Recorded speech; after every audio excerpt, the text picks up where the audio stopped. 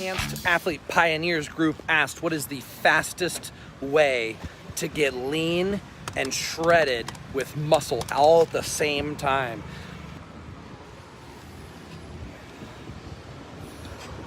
My opinion is the fast and blast. It utilizes the pendulum theory, where you swing the pendulum in favor of fat loss, but then when the metabolism shuts down and fat loss slows and you become depleted, then you go into an extreme blast and you replenish the glycogen storage, you activate mTOR. See, what you're doing is you're activating switches in the body. So if you want to lose weight the fastest, you need to play in both extremes, where all the switches for fat loss are on, and then go to the other extreme where all the switches for muscle building are going on. And then you have a metabolism upgrade that happens every time you do a quick blast. And this means a blast of the chemistry, a blast of the training, and a blast of the calories. Then the metabolism skyrockets, and when you go back into the fast, your body's gonna take time to adjust to the decreased calories. During that time, you're burning tremendous amount of calories and you're not taking any calories in.